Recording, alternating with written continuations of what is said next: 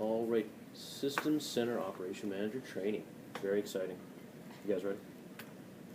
All right, so what is SCOM? Basically, SCOM is what this office uses as a means of pulling together all of our alerts into one console, allowing us to, ease of use and helping us resolve issues quickly. Right here, we have a very specific example of exactly where the SCOM console sits in the help desk area. I'm sorry, service center. This is a picture of the low side. Same thing on the high side. It's on the other opposite end of the wall. This picture details how SCOM's set up. Right here is actually the meat and potatoes of SCOM. It's the RMS server, the root management server. He's the one that basically controls all of SCOM, sets up all the alerts. He sends out all the sets up all the monitors, the rules, sends out all the alerts. Responsible for any sort of configuration changes as well. This guy right here, these two talk to each other, and they actually help share the load between the agents that you actually have deployed out onto the various servers. And that is denoted here with those servers down here. Each server that is actually being monitored actually has an agent on it. And in the back end, the database piece is all SQL. It's a SQL cluster. And we actually have reporting functionality built into SCOM as well, which is denoted here with this report server. And then another piece that actually feeds into SCOM, comes down to the centralization point, is we have all these servers right here that are basically set up as proxies that feed into SCOM. For example, like the Dell management server, it actually pulls information for all the Dell hardware and then feeds it into SCOM. Same thing with we have an ESI, an EMC storage integrator service that actually sits on another server that pulls in information from all of our storage, like our VNXs, our NS480s, all of our storage appliances, and actually then feeds that also back into SCOM. Same idea with the Veeam. Veeam is specific for our virtual environment. That actually feeds in, does the exact same thing, feeds into SCOM. It's responsible for all of our HBAs and all of our virtual servers and even some of our virtual desktops. It actually alerts on those. So, what is a management group? The easiest thing to do with a management group, I'll show you back here at our awesome quote-unquote live environment here.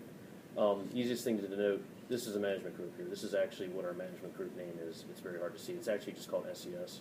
Management groups really only come in when you have a huge environment and you have multiple management groups that you have to worry about. We have one management group.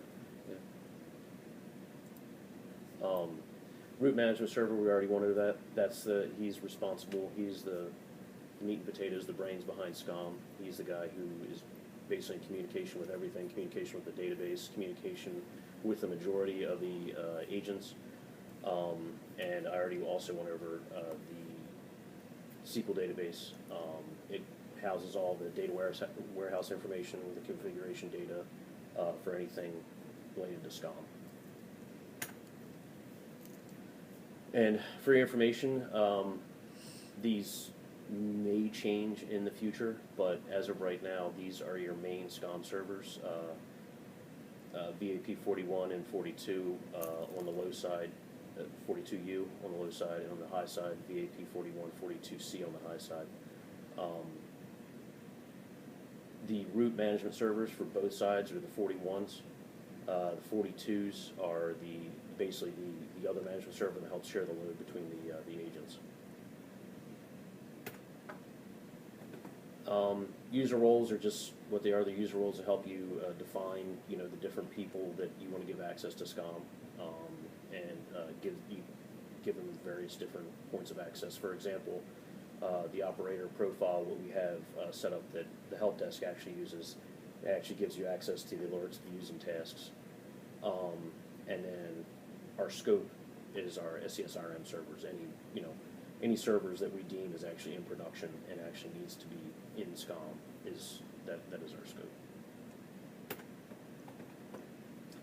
We went over this. The operation manager agent, he basically is on every single computer that we want SCOM to monitor. There are some exceptions to that. Various, for example, the Veeam agent that we talked about earlier, he actually will query vCenter. So that's actually an example of an agentless. But for the vast majority of all of our servers, they have a operation manager agent on there. That's actually called System Center agent as far as the service goes on the actual server.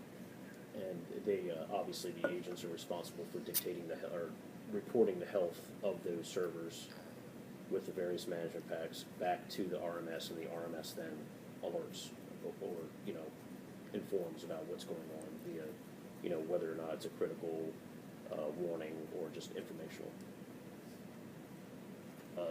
Health state shows anything. Obviously, green is good, yellow is a warning, and red is critical. So if you were looking at that specific view that I just showed you, anything in red is something that you want to take a look at. Yellow right now is not deemed as important at this point. Here's an awesome picture of it, just to give you an idea of what it looks like. Obviously, green is good. So this is a responsibility of the help desk. Basically, anything that is critical on the console is something that you want to look at. When you look at any alert, you always want to look at product knowledge, company knowledge, and the history tab. 9 times out of 10, you're going to have, almost always you're going to have stuff in product knowledge, company knowledge, potentially, and history potentially. Where does the product knowledge come from? That is coming from the actual vendor. So that is actually going to give you the most detailed information about how to potentially troubleshoot this issue. Okay. So the company knowledge is more site-specific. And history is also something that, for example, maybe the help desk could throw some stuff in there about what they've done that should potentially resolve the issue. We'll get into that later. Here's the escalation procedures. We have, looks like really the only difference between normal hours and after hours is on after hours you escalate to tech by calling the person that's on duty, while as normal hours you send an email to notify us. Yeah, I'd like to emphasize that after hours, if it can't be resolved, we are to call the tech on duty person. Yes. There you go. And this is just detailing knowledge via company knowledge, product knowledge. It appears as text in the console. I'll go out real quick and just show you, give an example of that. So for example, let's take this guy. Right now we see him, this is specifically on this server, VFS03U. The source is the E drive, and it looks like he's low on free space. And the text that we're talking about, you got this text right here, it's a quick view that you can actually see that we're talking about for product knowledge is already right here. That's what that slide was referring to. To get any alert, you just double click it. And then you got your product knowledge tab, and again, resolutions are a nice thing to have a lot of times. Obviously, for disk space, it says it's clear space with the guest OS file system. Pretty obvious. It helps out. Some of them aren't quite as obvious as that. But they're not all resolutions that the service center is expected to complete. That would have to be escalated. I would say that yes, definitely there are some that the service center would not be expected to actually fix. I would say some are though. Space issue could be something that the service center could fix. And then company knowledge. This is something that really either SMEs or an individual dedicated to updating company knowledge could edit this, and you just go in there by editing the actual monitor. I don't think we're going to be able to do it in here because you need a specific plug-in to do it. And this is we can. I think I gave her a document on how to do it, but we can go over that again in more detail later if we need to. but there's actually a company knowledge repository right here, and then you hit new. I'm sorry, then you hit edit. This is what I was talking about. Since this is on a server now or a workstation, we don't have the Visual Studio plugin. So that's typically a nice form would come up and you could fill it out and then hit done and save, and then you get company knowledge in here. And then here's the history tab as well. This is the one we were talking about before. So this will actually give you information about what is done, been done on this alert already, either automatically by another system or by an individual. So question, if you're on the help desk and you've checked product knowledge and company knowledge and you're pretty sure that you cannot resolve this alert on your own, should you be sharing this information with the tech team? Was that helpful to copy and paste the history? Or? I would say any troubleshooting that's already been done is always helpful. Okay, so sharing that information in the history tab is Yep. useful. Yes. Okay, Definitely. great. Because that way you're not duplicating effort. Yeah, it's really important that you check really all three of those places: the product knowledge, the history, and the company knowledge. Thank you. Product knowledge, I would say, is primary. Company knowledge is nice to have and could also dictate specific issues with this environment. And history is also good to have just because you don't know what has already been done on the alert. And then company knowledge is what I just explained, how you can actually go in there and modify and update company knowledge. And I already went over how you can do that. And history as well.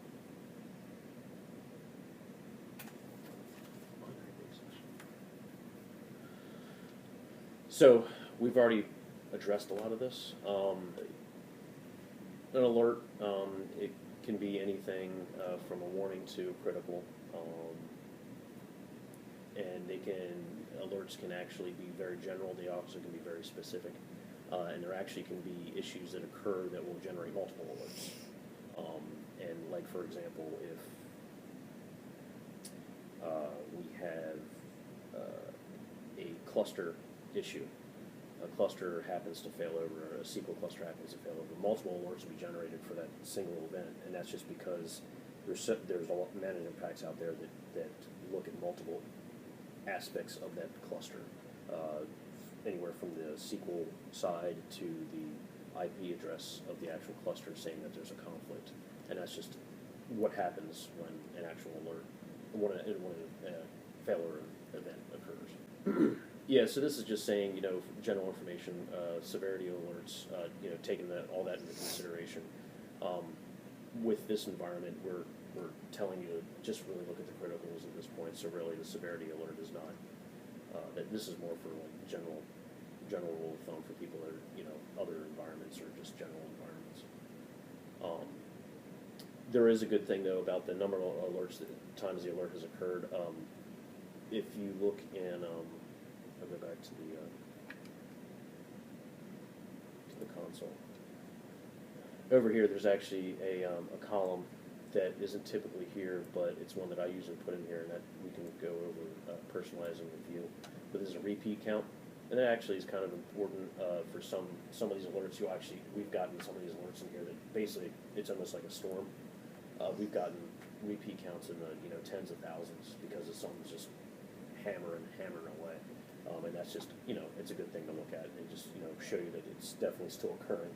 And that also builds in with the fact of the last modified. The last modified is also a good thing to have in your view as well, because that will tell you if the alert is definitely still current versus, like for example, this guy down here, he was last modified a while ago. So, this could be a rule that just needs to be clear that hasn't been. But this guy is pretty current, and also gives the age as well. But right here is typically what the help desk looks at. This is a special view that was created for the help desk. And what this view is basically, you see over here where it has the resolution state. It's basically only viewing anything that's in the new resolution state. So when I click over here, it should only show you the one alert currently.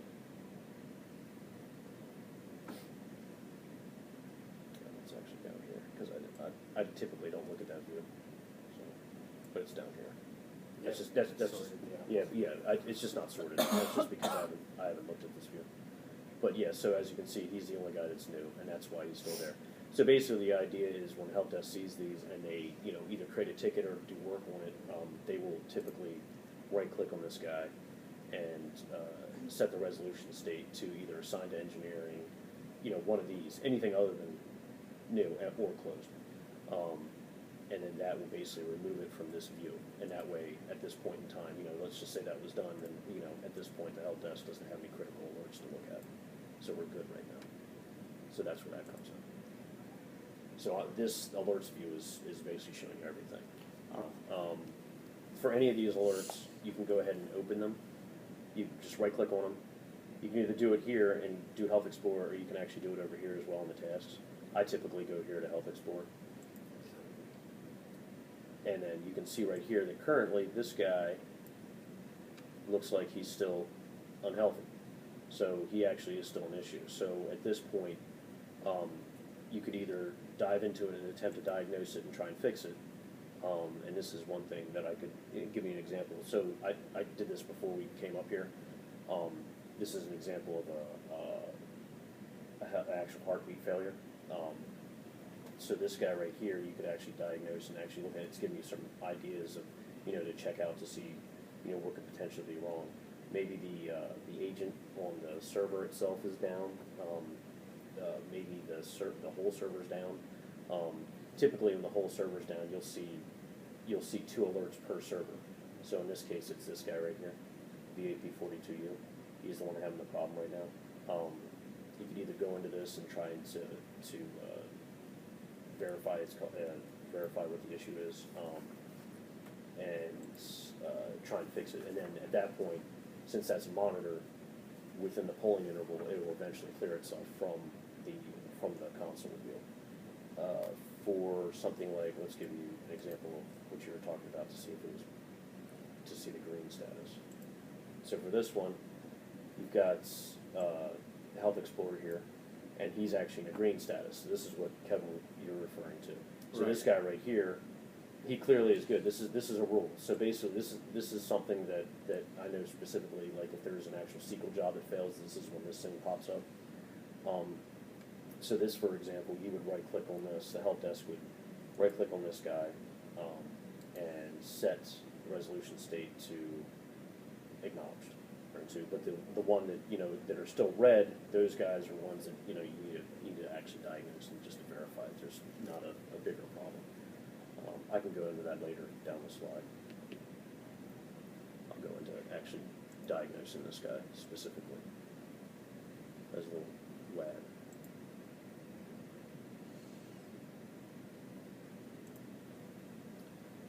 Again, we already went over that. And we went over this as well. This is just, to view any details on any alert, you either double-click it or you right-click and go to Properties. And that will pull up that separate window that shows you anything, shows you the product knowledge, shows you the company knowledge, shows you the alert history.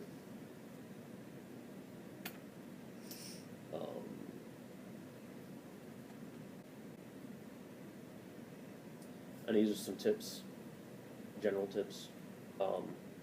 Just read everything you can about the product knowledge and the company knowledge, just to to see if anything pops out at you, what could potentially be the issue. This is going over investigation points, just to basically look at it as well as you can to see if there's anything that could potentially be resolved, or if it's a major issue and needs to obviously needs all hands on deck.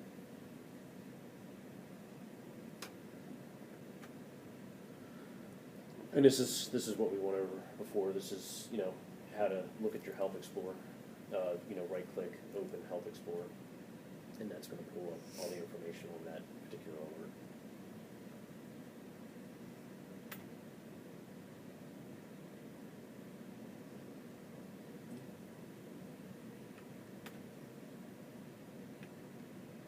So that's also something we just went over. Obviously, healthy versus non-healthy.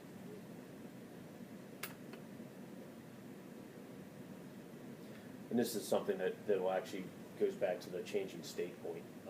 There's the tab this is also the Health Explorer. there's a tab right next to it that will actually show you how many times, you know, a particular event is, or how many times the health state has changed on this particular monitor, which could be helpful, showing that, hey, there's a reoccurring issue with this guy. It's happened, you know, for this guy in particular, it happened 36 times. So obviously something's not happy with that guy.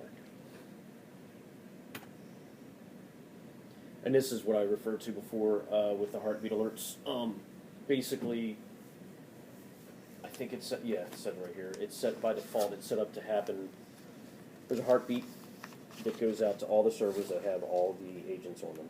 It's set to go out every 60 seconds and to verify it's up. And if it doesn't get that, it sends that one alert. And then after that happens 4 times, so basically 4 minutes, it'll try to ping the server, and if it can't ping the server, it sends out a second alert. So if a server is down hard, you will have 2 alerts for it. You'll have 2 heartbeat alerts for it. The reason why that, I'll go into it later, but the reason why that you only see 1 alert for that one guy is because the only thing I did was actually turn off the system center service on that server, and so it's still pingable. And that's detailing, you know, when you see both of these, you know that that server's down hard, and that definitely requires escalation. So you're saying a heartbeat alert and a ping alert? Yeah, so basically it sends out a heartbeat that says, hey, are you up? You know, Right. it tries to communicate with the system Then center. it'll send another ping alert after. Yeah, if it and so can't ping it. after 4 minutes, and this is configurable, obviously, but after 4 minutes, it's going to be like, I can't ping you, you're down hard. I'm going to put this other critical alert up there. There's no. After hours, for a heartbeat alert, Mhm. if someone looks at the company knowledge, generally would restarting or trying to restart a server be the best course of action after hours, or would it be better to escalate it to TAC for a heartbeat error? For a heartbeat error, like I said, it depends on if it's just the one alert, the first alert. If you have 2 alerts, If you have 2 alerts, it's probably best to call tech, call tech immediately. because I don't think. Where the service center is not authorized to restart any servers without front office or tech guidance. And most of this stuff, I think I've gone over most of this already. This is showing you how to look at an active alert. You obviously want to click it to highlight it, and then read anything in the alert details, or you can double click it to open up the new window, and then you can look at the alert. You look at the product, company, and history tabs. So we'll take our friend the heartbeat failure right here. So you got an alert up here. You're like, oh, that's cool. It's an alert. So you double click on this guy. You can either double click, or you can right click and go to properties, and then it comes up with more information. Here's the alert description right here. The alert status. Currently it's set to acknowledge, but typically if it was new, you know, it'd be set to new. So then you go ahead and click product knowledge, you know, go through everything, the summary, causes, resolution. And then you also could, you know, look at the company knowledge. For this one, there really isn't any company knowledge because the product knowledge is so detailed on exactly what the issue is. We didn't feel it necessary to actually put much in there unless it was for like a specific application or something to that effect. And the history tab is showing you what has been done. As you can see, I actually modified it at one point in time I moved it from new to acknowledged. That way the help desk needs it. So it didn't confuse me about it. Is that good?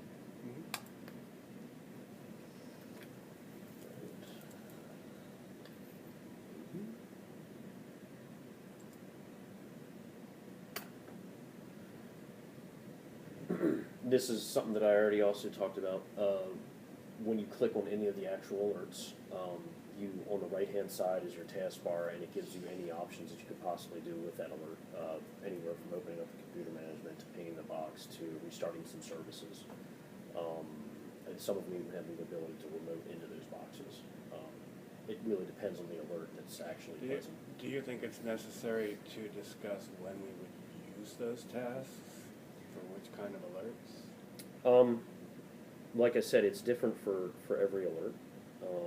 So, like for example, the heartbeat one, a great one for that is that's the ping. Ping is really, that's a good one for that. Or even looking at the services, there's actually a services task that you can bring up the services on it, and that's just a quick view and be like, oh look, the system center. This is detailing going, actually opening up computer management. When you say services, will it display all the services running on that server? Yes. So like all the step services? Yes. You can do that. That's wonderful. Yeah. Yeah. So you actually, it actually is a pretty powerful tool. We don't use it for as much as it could be used for. That's nature of the beast.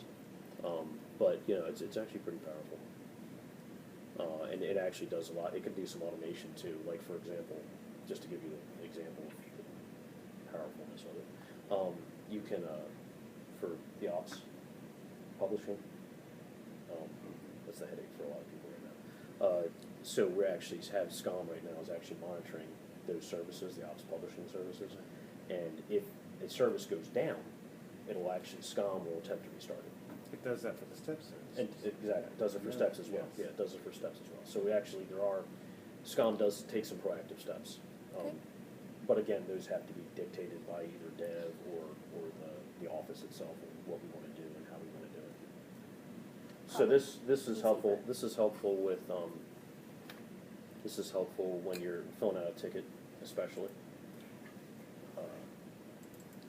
We'll use this guy again. As you're getting it from the monitor station. So basically this task, this how-to, you click on the alert that you're creating the ticket on or whatever, and then you click down here on the alert details, you just do a Control A, and that selects everything, and then you just do a Control C, or actually it doesn't let you copy on this one, so you just do a Control C, and then as an example, I'll just show you.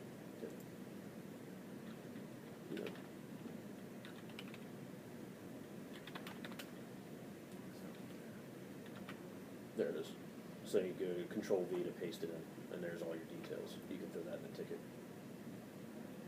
Another thing that's important to note is this column right here. This is the maintenance mode column. So if anybody ever has anything, if you ever see this, this is how you start maintenance mode on an alert. If you ever see this, really the help desk should not be worried about that. That right now is telling the help desk that, hey, this service center, that this alert is to be ignored. Tech is working on it, or it's a known issue, or whatever. So that's another thing. That is something that the service center could do, like say, especially on call, if they call up and say, hey, this server's down, yeah, we forgot to put that in the maintenance mode. Could you guys go ahead and do that for us? That's something you could do. So how to do that, and I just went over that, but you would go into this guy, and you would say, you would go to maintenance mode right here, and you'd hit start maintenance mode. And when you get into there, it can give you the number of minutes you want to do it for. You can give it a specific end date.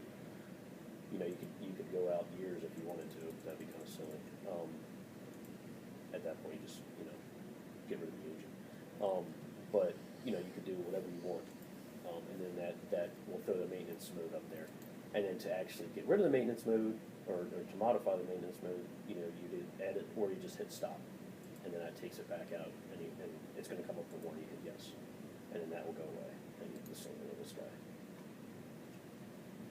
Maintenance mode, stop, yes. There you go. So that does that. I just want to reiterate that, the monitors are up high, but every workstation in the service center has SCOM loaded, and they should be able to run it and see it on your own workstation.